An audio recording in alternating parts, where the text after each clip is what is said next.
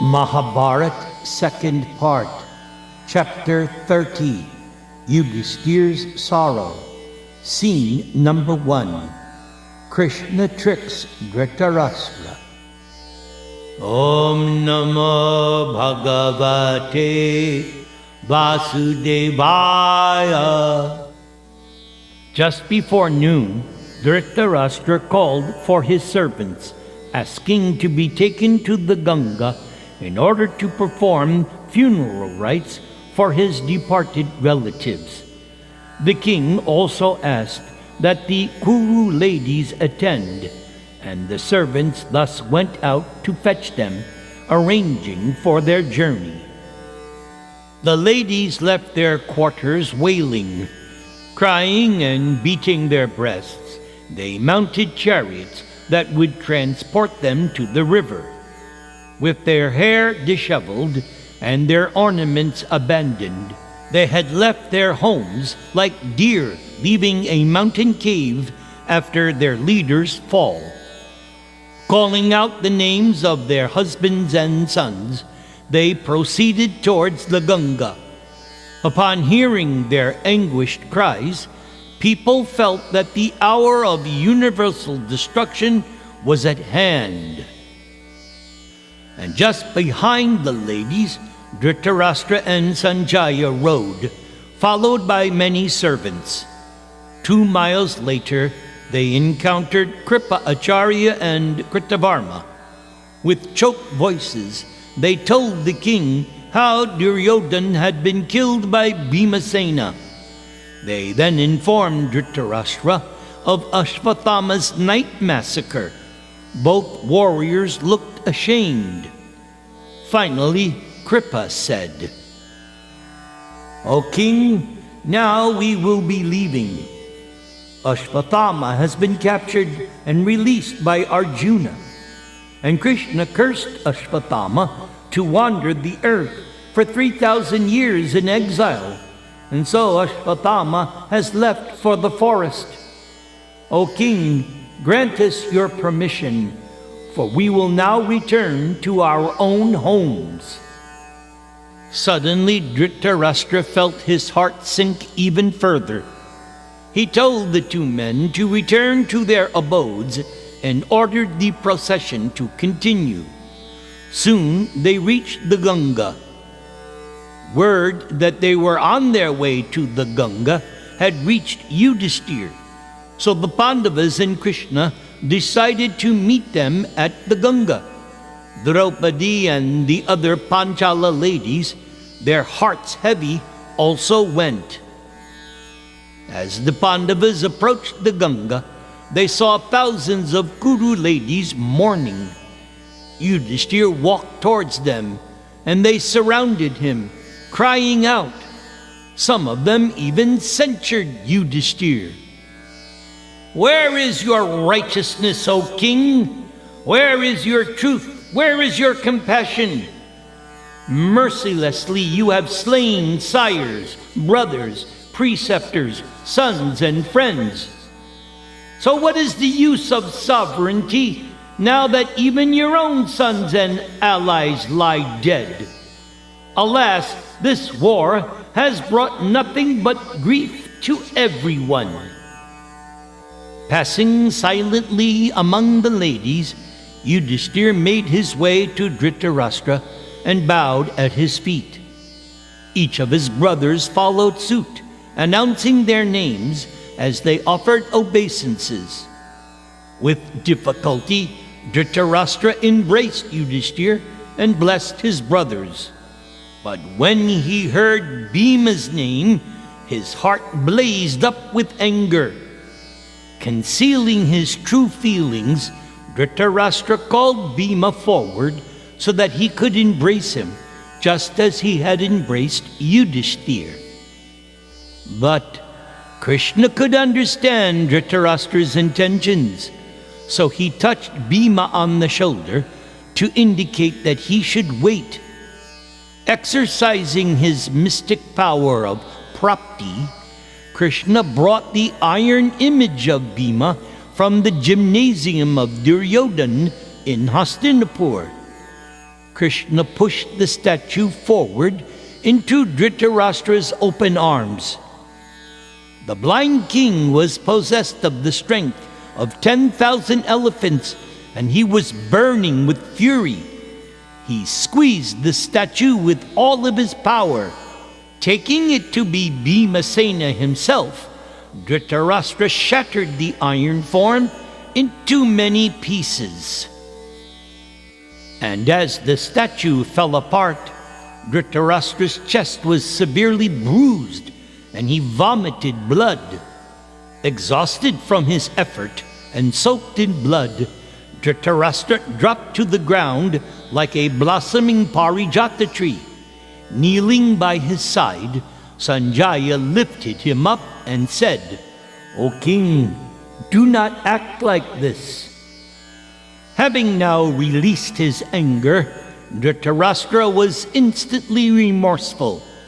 He thought he had actually killed Bhima. Seeing that the king's anger had now abated, Krishna spoke.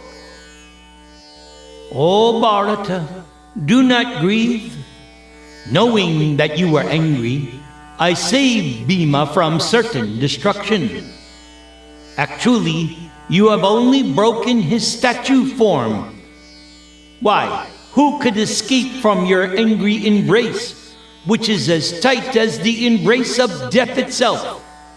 In any case, how would killing Bhima do you any good? It will not revive your sons, O king. Now, give up your spite and be peaceful." Dhritarashtra simply hung his head in shame. He was helped to his feet by his servants, and they took him to the Ganga to change his clothes and wash him. After this, when the blind king was seated on a fine rug by the riverside, Krishna spoke further. "O son of Vyasdev, indeed you are learned in all the scriptures and aware of morality. Why did you harbor anger against the Pandavas? Everything that has happened has been caused by your own folly.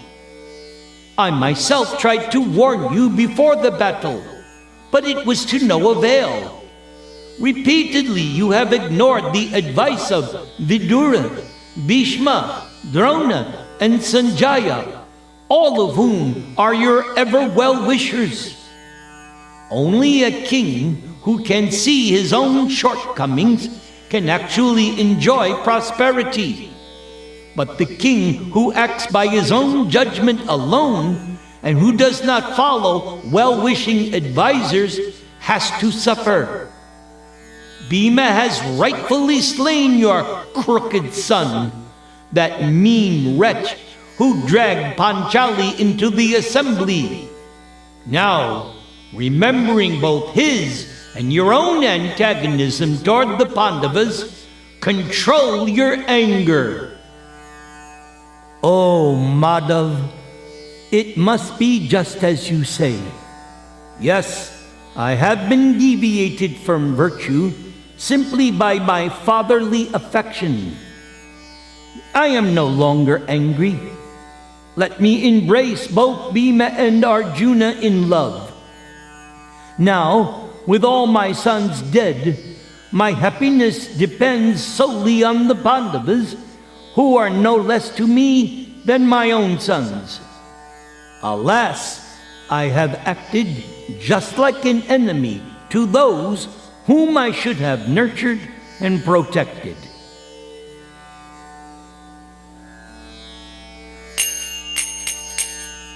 Hare Krishna, Hare Krishna, Krishna Krishna, Hare Hare, Hare Rama, Hare Rama, Rama Rama, Hare Hare. Hare Krishna, Hare Krishna, Krishna Krishna, Hare Hare, Hare Rama, Hare Rama, Rama Rama, Hare Hare.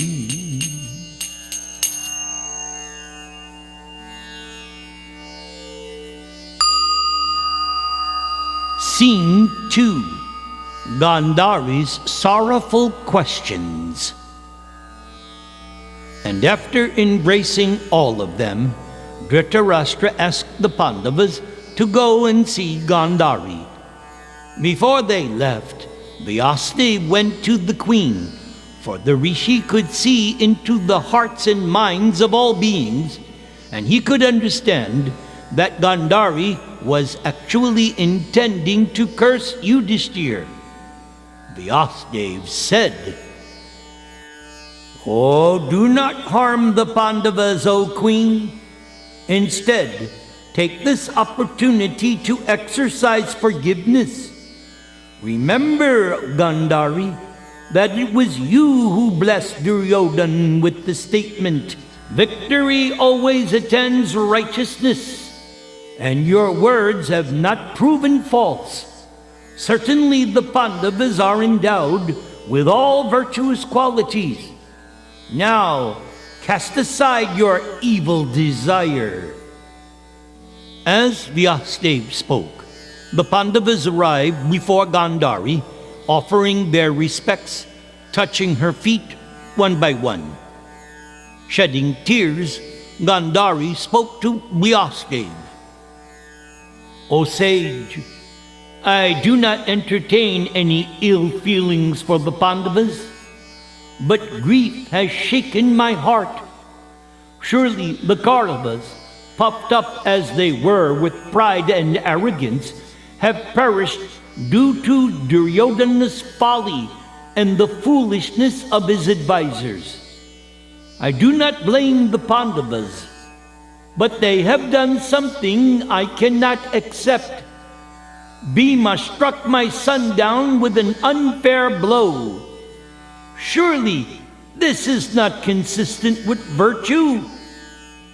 Having learned from Krishna of Gandhari's empowering glance over her son, Bhima replied, "O queen, whether or not the blow was fair, it was the only way your son could be killed. Surely you must know this, that sinful prince acted so treacherously toward us and without any thought of virtue on many, many occasions. Thus, Duryodhana deserved to be slain by whatever means were possible. Without killing Duryodhana, Yudhishthira could not have established a righteous rule. Therefore I did what was in my power and felled him in battle, exactly as I had promised. Were I not restrained by Yudhishthira, I would have done that long, long ago, exactly on the day he insulted Drupada's daughter." Bhimasena felt within himself that the actual reason underlying his killing of Duryodhana with a low blow, and that it was not sinful, was because Krishna had ordered it. After all, virtue had its very root in Krishna, and thus was meant only for his pleasure. Knowing that Gandhari's faith in Krishna was not the same as his own, Bhima did not present her with that reason, for it would only diminish whatever respect she had for Krishna. Gandhari's voice now wavered. "Oh, Bhimasena, you have been most inhumane. How could you drink Dushashan's blood? Surely only a Rakshasa would do such a thing." "O chaste lady, still I feel no remorse. Now let me assure you. You should know that I did not allow your son's blood to pass my teeth. When Dushashan committed his sins against Draupadi, I made a most terrible vow under the influence of anger. And without fulfilling that vow, my reputation would have been sullied and my truthfulness compromised. so you should not attribute any fault to me. O Gandhari, without having checked your sons previously, you should not now blame we who are actually innocent."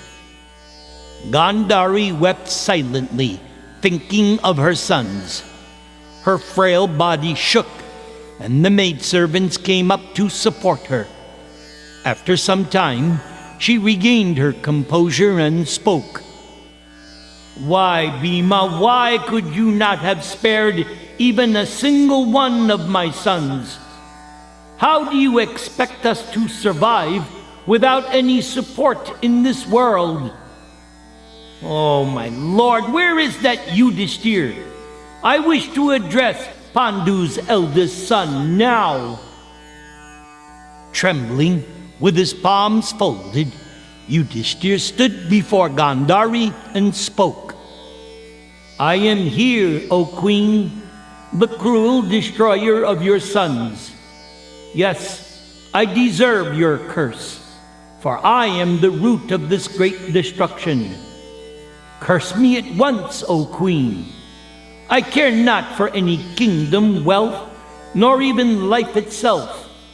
For by bringing about the slaughter of my kinsmen and friends, I have proved myself to be simply a fool, as one who hates his own family." Gandhari fought to control her anger. Aware of her husband's weakness and her son's sinfulness, and thinking of Vyasdev's words, Gandhari restrained herself from uttering a curse. It was obvious Yudhishthira felt more than enough remorse and pain. Still, he should not have allowed Bhima to have perpetrated his vicious acts against her two eldest sons, Duryodhan and Dushashan. Behind the blindfold around her head, Gandhari could feel her eyes burning with anger. Although she had used much of her ascetic power when she had blessed Duryodhan, still it had not been exhausted. She lifted the blindfold slightly and looked down at Yudhishthira's feet. As she glanced down, Yudhishthira's toes, with their perfectly manicured nails, were singed, and his nails turned brown from her fiery glance. Witnessing this, Arjuna stepped back behind Krishna. Yudhishthira, however, did not react. Gandhari, gaining control of herself, spoke reassuringly to the brothers, and she told them to go to Kunti, who was longing to see them again. Vasudeva Paraveda, Vasudeva Paramukha, Vasudeva Parayoga, Vasudeva Parakriyaha, Vasudeva Parangyanam, Vasudeva Parantapaha, Vasudeva Parodharmo, Vasudeva Paragatihi.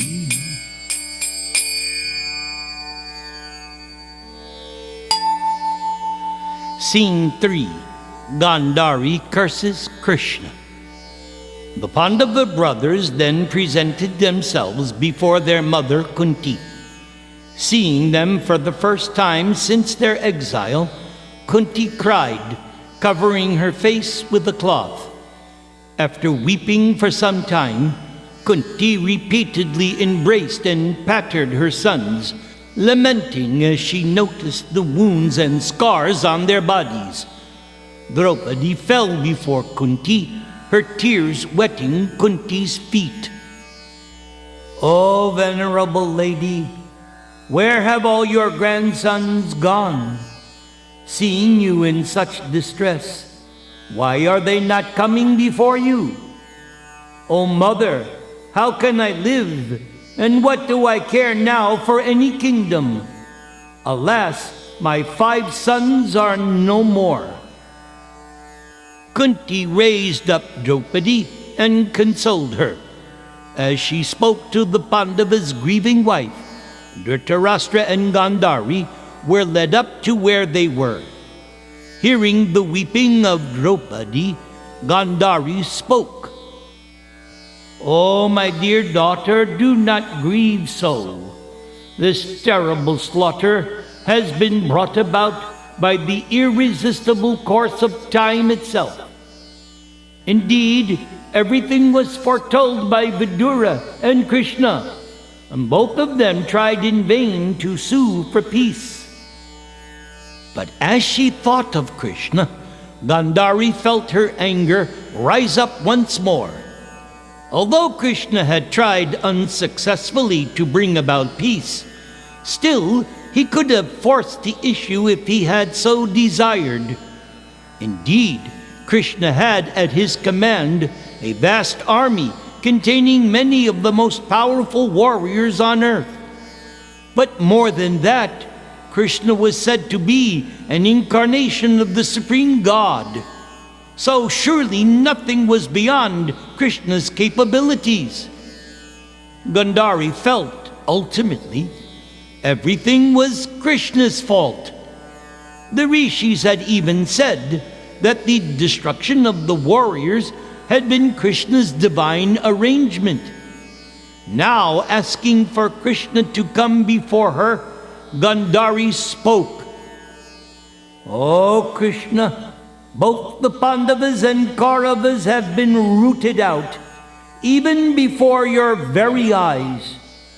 Why were you indifferent to them? Indeed, you could have prevented the slaughter.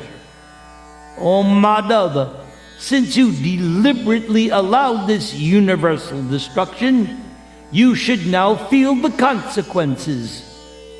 By whatever little merit I have acquired by serving my husband, I curse you, O holder of the discus. Since you callously allowed the Kurus and Pandavas to kill one another, so you too will be the destroyer of your own kinsmen. On the 36th year from now, you will kill your own family members in a fratricidal fight, dear Govinda, finally dying yourself by foul means. And the ladies of your family will thus weep, just as the Kuru ladies are now weeping. O chaste lady, I bow my head and fold my palms. Yes, your words will be true. There is no one in this world who can exterminate the Vrishnis and Yadavas. In delivering this curse, actually you have assisted me, for I have been wondering how to take back my kinsmen out of this world. Neither the gods, Gandharvas, nor Asura demons can kill them.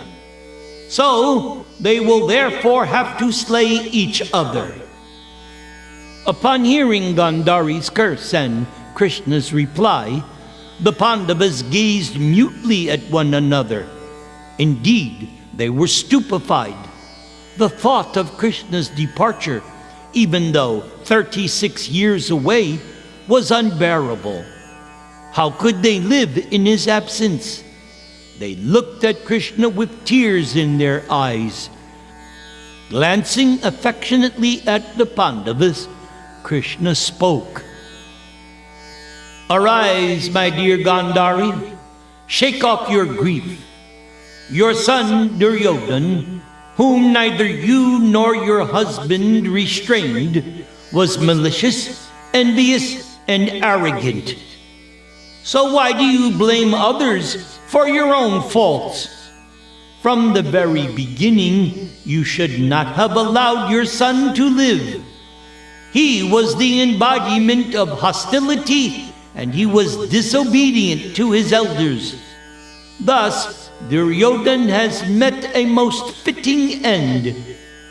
Now, give up your useless grief, for by indulging it, it will simply increase. Just as a Brahmana woman brings forth children to practice austerity, and a Vaishya bears offspring for keeping cows, so a Kshatriya woman brings forth sons only to be killed in battle, and for no other reason.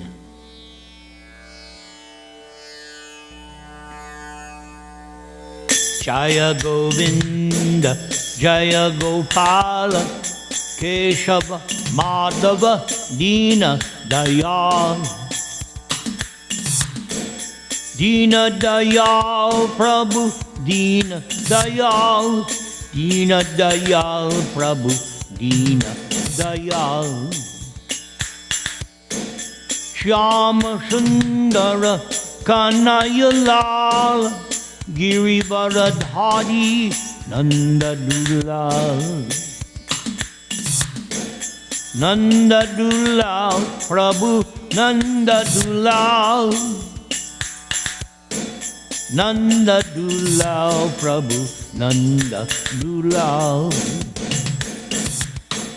Achyuta Keshava Shri Radha Madhava, Govinda Gopala Hari. Achyuta Keshava Shri Radha Vallabha, Govinda Gopala Hari.